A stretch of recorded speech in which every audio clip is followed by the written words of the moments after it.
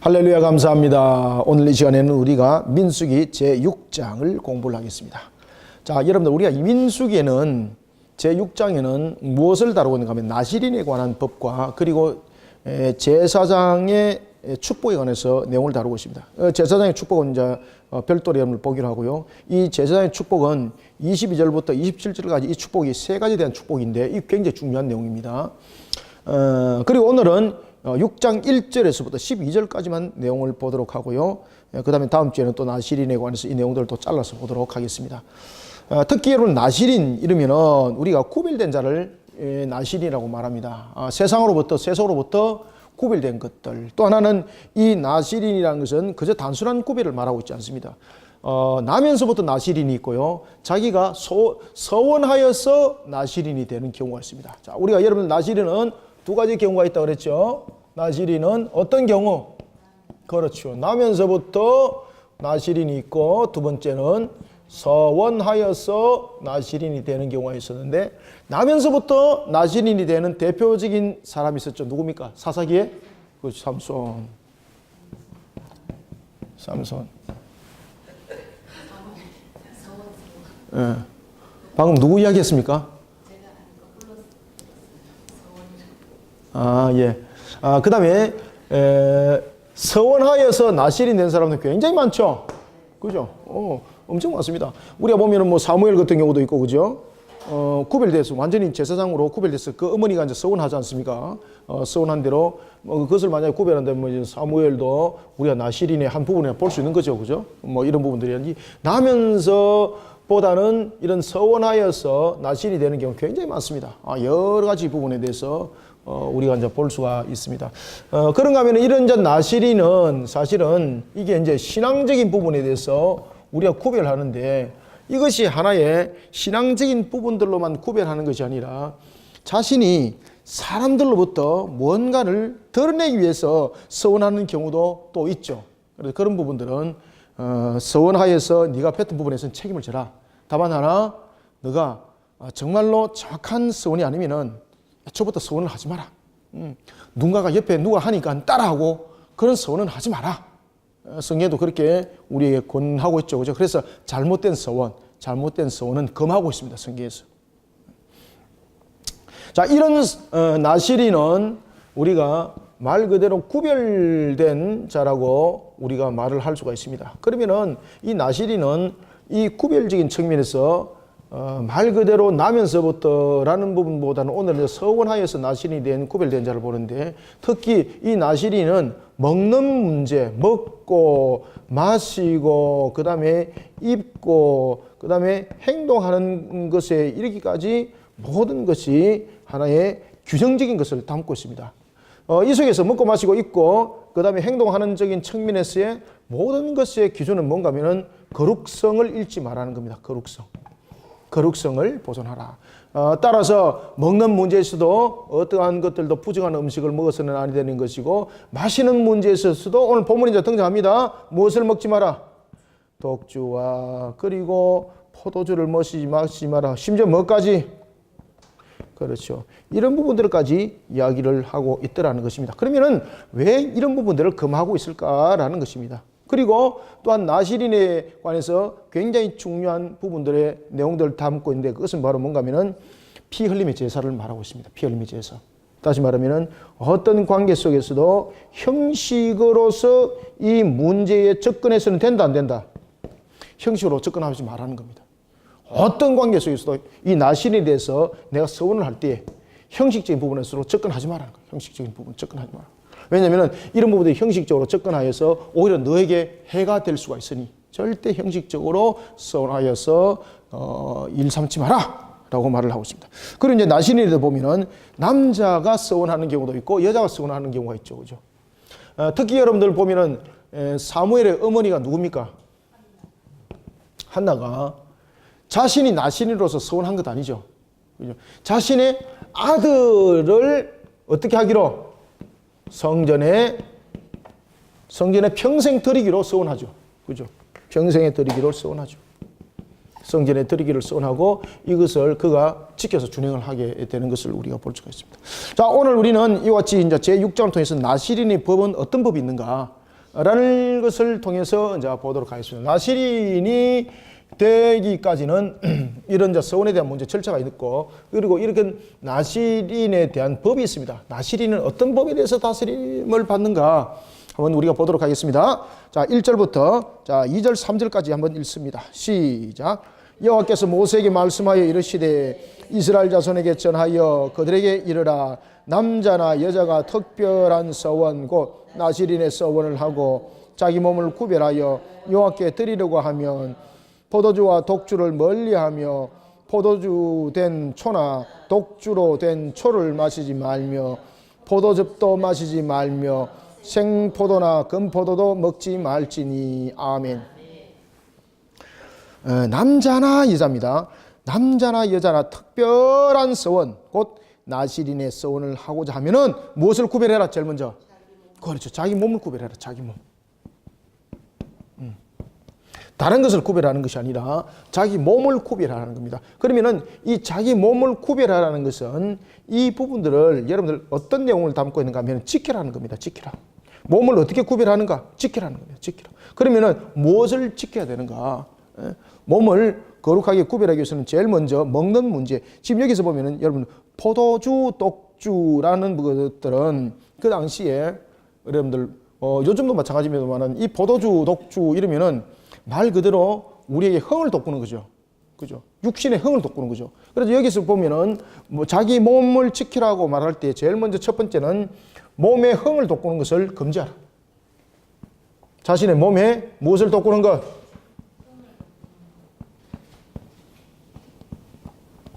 흥을 돋구는 것을 금지시키고 있습니다.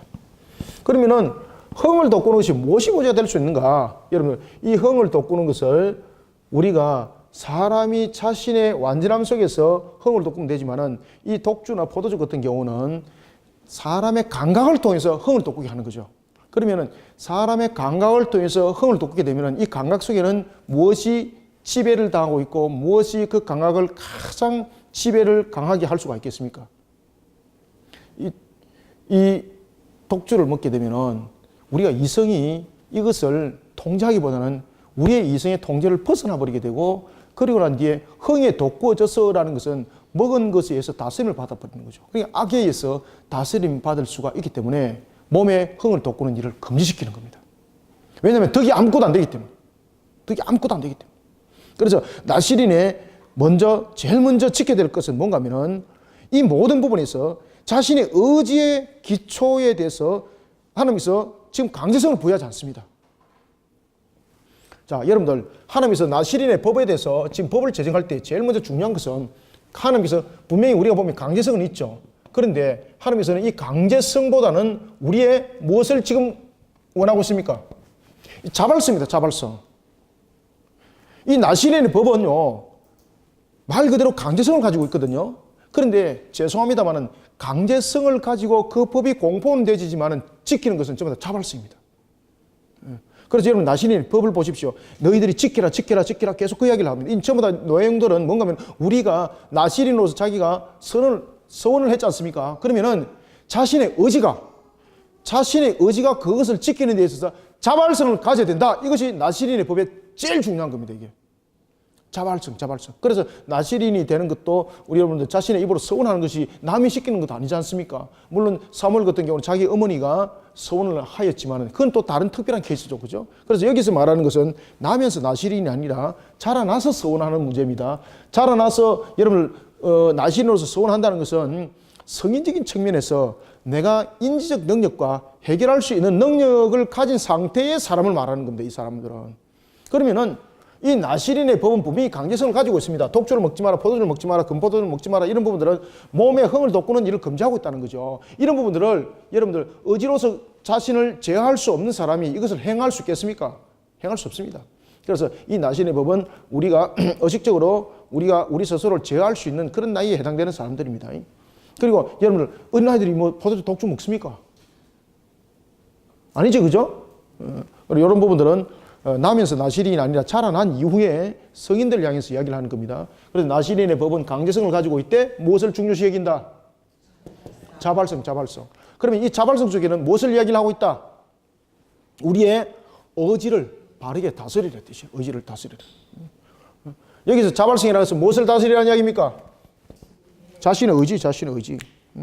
하나님께서 우리에게 자유의지 허락하셨죠. 그죠? 여기서 우리의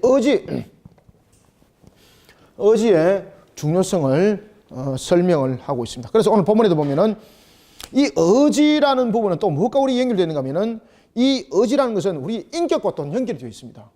그죠? 여기서는 자발적 의지를 기초를 하여서 자신이 서원한 것을 어떻게 하라? 지켜라는 거예요. 지키라는 거예요. 따라서 오늘 우리 본문에 보면은 3절에 2절에 하반절에 자기 몸을 구별해서 분명히 여호와께 드리라 그랬지 않습니까? 그러면 자기 몸을 자기가 지켜야 되는 거예요. 서원했습니다. 그러면은 세상적인 쾌락으로부터 구별하여서 나의 거룩을 지킬 때에 몸에 흥을 돋구는 일을 금지시키는 겁니다. 그래 개인적인 어떤 육신의 촉감적이고 이런 부분들을 전부 다 제어할 수 있도록 하라는 겁니다. 그러면은 우리가 육신으로 어떤 적일 수 있는 것, 꼭 여러분 독주나 포도주뿐만 아니라 지금 여기서 말하는 것은 우리가 육신으로서 감각적으로 느낄 수 있는 쾌락 이런 부분을 우리로 하여금 의지적으로 통제를 하라는 이야기입니다. 왜 그런가 하면은 그것을 통제하지 못했을 때는 나시린으로서 설 수 있을 그런 거룩성은 회파된다는 거죠. 3절 포도주와 독주를 멀리하라. 특히 포도주는 여기서는 발효된 포도주입니다. 포도주와 독주를 멀리하라. 포도주로 된 무엇? 그렇죠. 초. 여기는 초는 신맛을 내는 겁니다. 포도주로 된 초. 신맛을 내는 그 음료입니다. 그것도 금지하고 독주로 된 초도 마시지 말라. 그러니 포도주와 초는 다른 겁니다. 그렇죠? 초는 말 그대로 포도즙이 발효되어서 신맛을 내는 겁니다. 그렇죠? 맞아요. 바로 그겁니다. 그래서 여기서 포도주로 된 초, 그 다음에 독주로 된 초를 마시지 말라. 포도즙도 마시지 말라. 이것은 뭔가 하면은 아주 여러분들요, 우리가 이 포도즙이 또한 이것이 오늘 본문에 등장하고 있는 것처럼 포도즙이 되어서 초가 되고, 그죠? 이것이 포도주가 되는 거지 않습니까? 그러니 아예 접근하지 말라는 겁니다. 아예 접근하라. 시초가 될 수 있는 것은 아예 하지 말라는 겁니다. 시초가 될 수 있는 것은. 혹이나 우리가 실수할 수가 있으니, 혹이나 실수할 수 있으니 아예 접근을 통제시키라는 겁니다. 아예. 그래서 이런 부분들은 우리로 하여금 신앙을 바르게 지키는 하나의 지혜이기도 합니다. 우리가 그것을 구별할 수 없을, 분별할 수 없을 그런 상태도 될 수 있으니 아예 접근하지 말은 거, 아예 접근하지 말은. 그러니 우리로 하여금 우리의 몸을 무너뜨릴 수 있는 거룩성을 훼손시킬 수 있는 것은 아예 처음부터 건접하지 말라는 뜻입니다. 아예 건접하지 말라. 4절에 보면 자기의 몸을 어떻게 하라? 구별하는 모든 날 동안에는 포도나무 소산에 있는 무엇까지 먹지 마라? 그렇죠. 씨나 껍질도 먹지 마라. 이제 이해가시죠? 아예 건집하지 말라는 거예요. 사람을 취하게 만드는 것은 아니지만은 나시린으로 하여금 철저하게 구별된 것들을 애초부터 통제를 하라는 이야기입니다. 애초부터.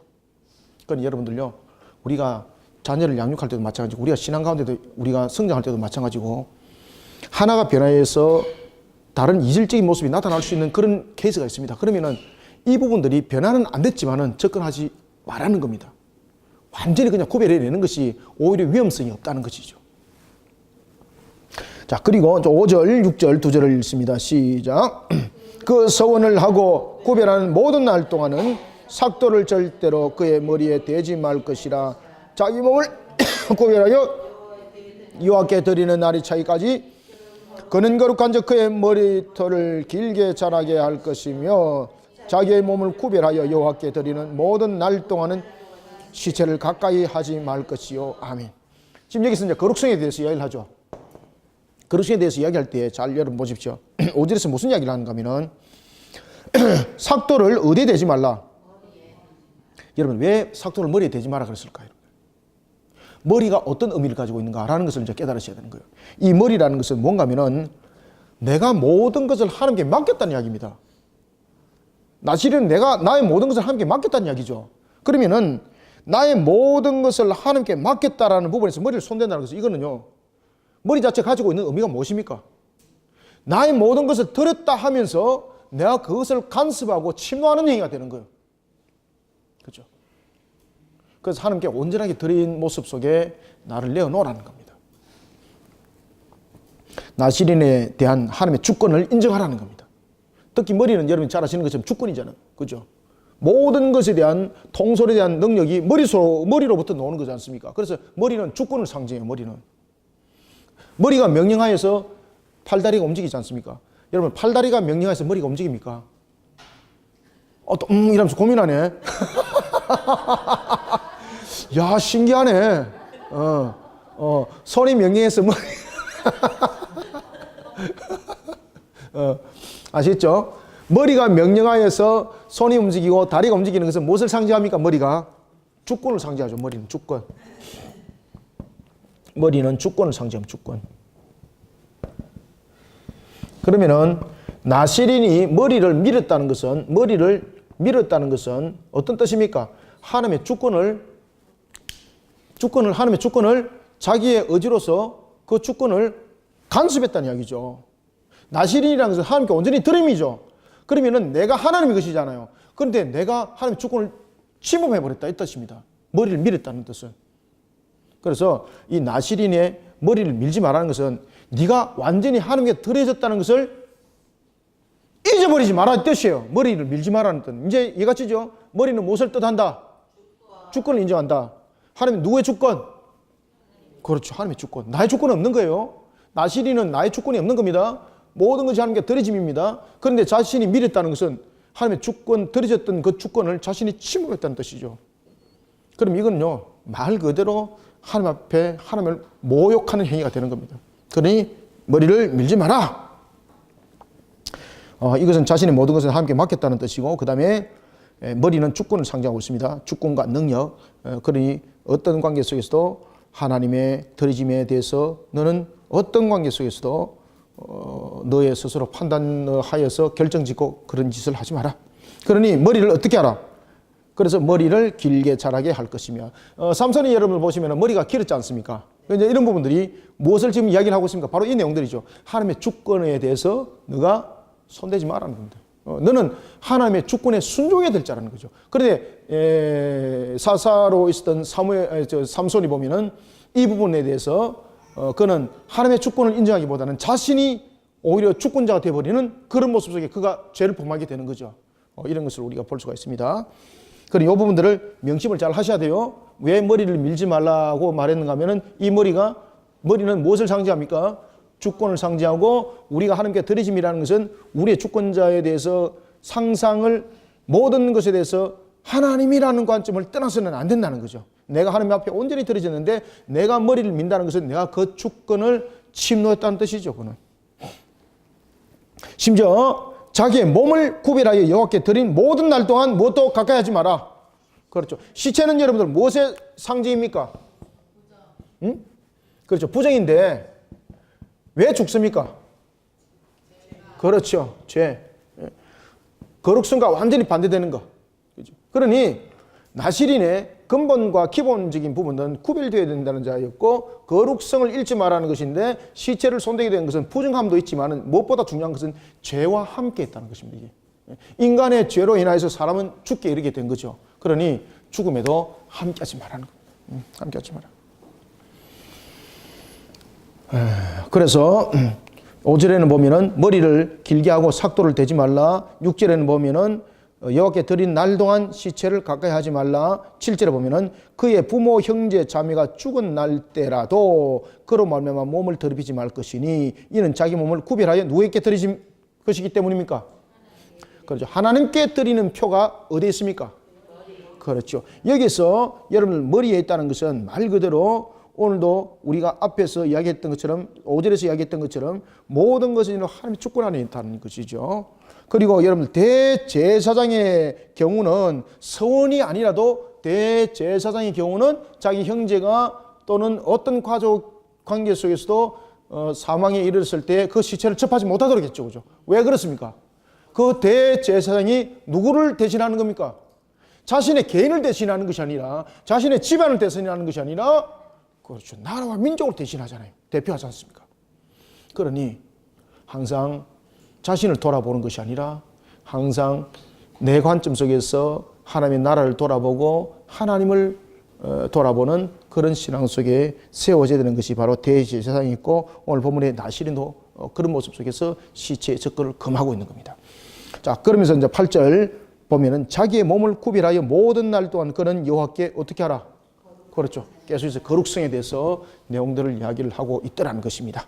자, 그러면서 이제 9절, 10절을 두 절 한번 읽어보겠습니다. 시작. 누가 갑자기 그 곁에서 죽어서 스스로 구별한 자의 머리를 더럽히면 그의 몸을 정결하게 하는 날에 머리를 밀 것이니 곧 7째 날에 밀 것이며 8째 날에 산비둘기 2마리나 집비둘기 새끼 2마리를 가지고 회막문에 와서 제사장에게 줄 것이요. 아멘.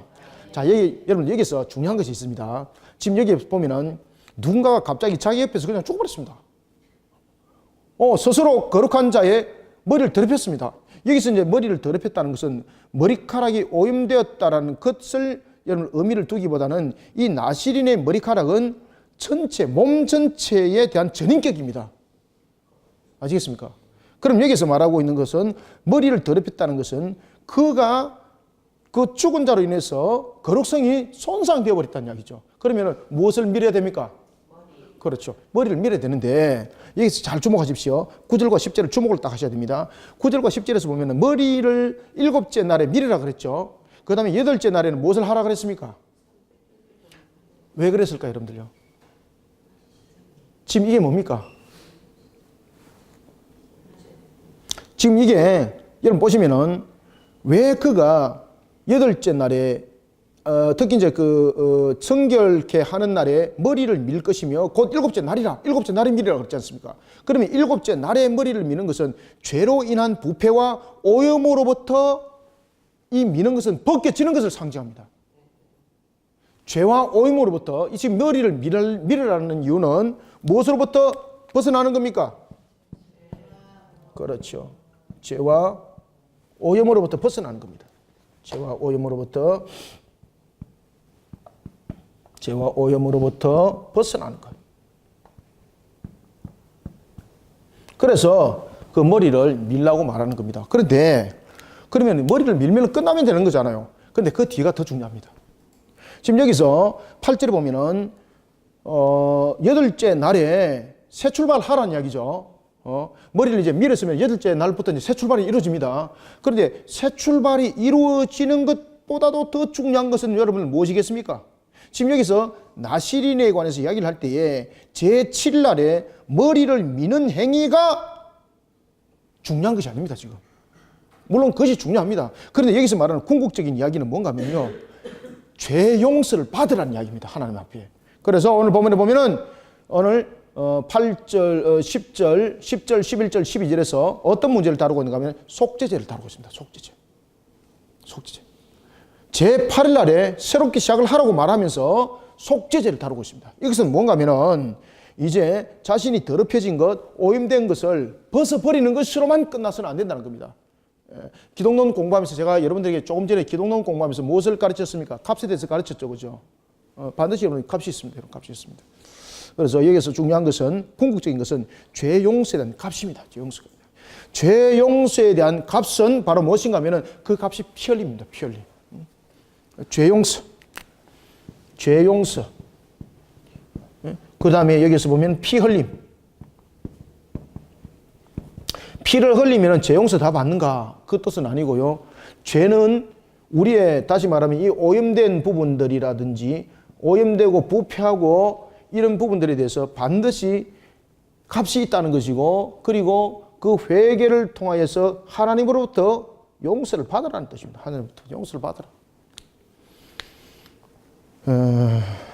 10절, 11, 12절까지 읽습니다. 읽고 제가 마무리하겠습니다. 시작. 8째 날에 산비둘기 2마리나 집비둘기 새끼 2마리를 가지고 회막문에 와서 제사장에게 줄 것이요. 제사장은 그 하나를 속죄 제물로 하나를 번제물로 드려서 그의 시체로 말미암아 얻은 죄를 속하고 또 그는 그 날에 그의 머리를 성결하게 할 것이며 자기 몸을 구별하여 여호와께 드릴 날을 새로 정하고 1년 된 순양을 가져다가 섞은 제물로 드릴지니라. 자기의 몸을 구별한 때에 그의 몸을 더럽혔은즉 지나간 기간은 무효니라. 아멘. 지나간 기간은 무효라는 것은 다시 시작하라는 뜻입니다. 그리고 여기서 지나간 시간은 무효라는 것은 또 어떤 의미를 가지고 있습니까? 죄사함. 그러면 중요한 것은, 더 중요한 것은 지나간 것은 무효라 그랬습니다. 용서, 그보다 더 중요한 것이 있습니다. 회개보다 더 중요한 것이 있습니다. 그것은 뭔가 하면 지금입니다. 지금. 과거에 내가 나시린이 되었던 건 무효됐다는 이야기입니다.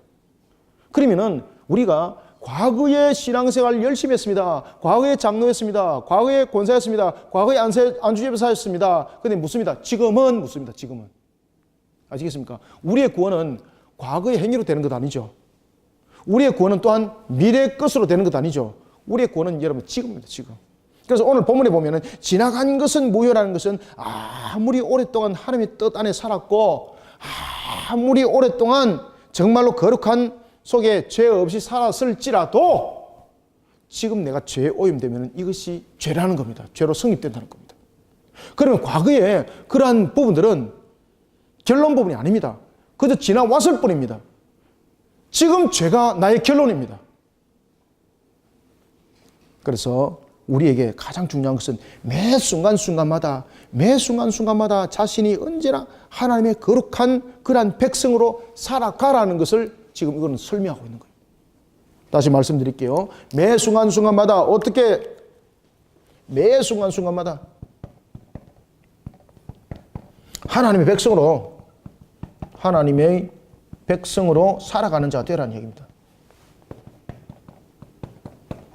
살아가는 자가 되어야 한다. 이런 뜻입니다. 이게. 매 순간마다 지나간 것은 여러분들 무효라고 그랬습니다. 지나간 거. 지나간 것까지 구원 못 받습니다. 지금 현재를 말하고 있습니다. 그러니 우리는 매 순간마다 하나님의 백성으로 살아가는 그리고 또한 하나님의 백성으로 살아가기를 몸부림치는 우리 성도들이 되시길 바랍니다. 그래서 그것을 가지고 12절이 우리에게 설명하고 있는데 그것은 지나간 기간은 무효니라라는 것은 이것을 설명하고 있습니다. 아시겠죠? 그래서 오늘 본문에도 보면은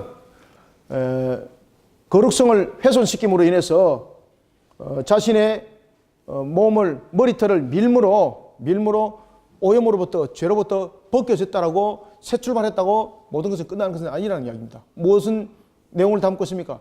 죄삼, 속죄, 회개. 그러면서 현재의 내 모습이 죄성으로부터 구별되는 것. 과거는 나시린으로서 그가 지나왔던 그 기간은 전부 다 무효라는 겁니다. 다시 새롭게 시작해야 된다. 자신이 서운했습니다. 만약에 자신이 40일 동안에 나시린으로 살아갈 걸 서운했습니다. 그런데 부정한 것에 의해서 39일째 부정한 것에 의해서 내가 이 부분들의 모든 것이 새롭게 시작해야 됩니다. 그럼 여러분 새롭게 시작해야 되는 거예요. 그렇죠? 그러니 매 순간마다 우리가 하나님의 백성으로 살아가는 그런 거룩한 존재로 살아가는 것에 대해서 항상 영적으로 긴박감과 항상 영적인 긴장 상태를 놓치지 않는 것이 복입니다. 11절도 제사장은 그 하나를 속죄제물로 하나를 번제제물로 드려라고 말하고 있고 그 다음에 11절 하반절에 보면은 그날에 그의 머리를 성결케 하여라고 말하고 있습니다. 그리고 12절에 자기 몸을 구별하여 여호와께 드린 날을 새로 정하여라고 말하고 있죠. 새로 정해야 됩니다. 새로. 왜 그렇습니까? 지나간 건 무효이기 때문에.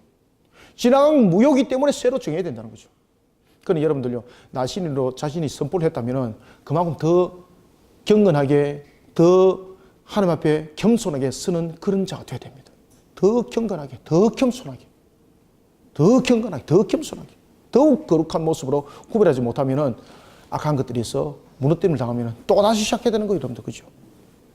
그런데 또다시 시작하는 것이 중요한 것이 아니라 지나간 것은 무효라는 것을 통해서 무엇을 말하고 있습니까? 지금 이 순간 내 자신이 언제나 하나님의 거룩한 존재 앞으로 살아가고 있는가? 이것을 나에게 지금 질문을 하고 있다는 것입니다.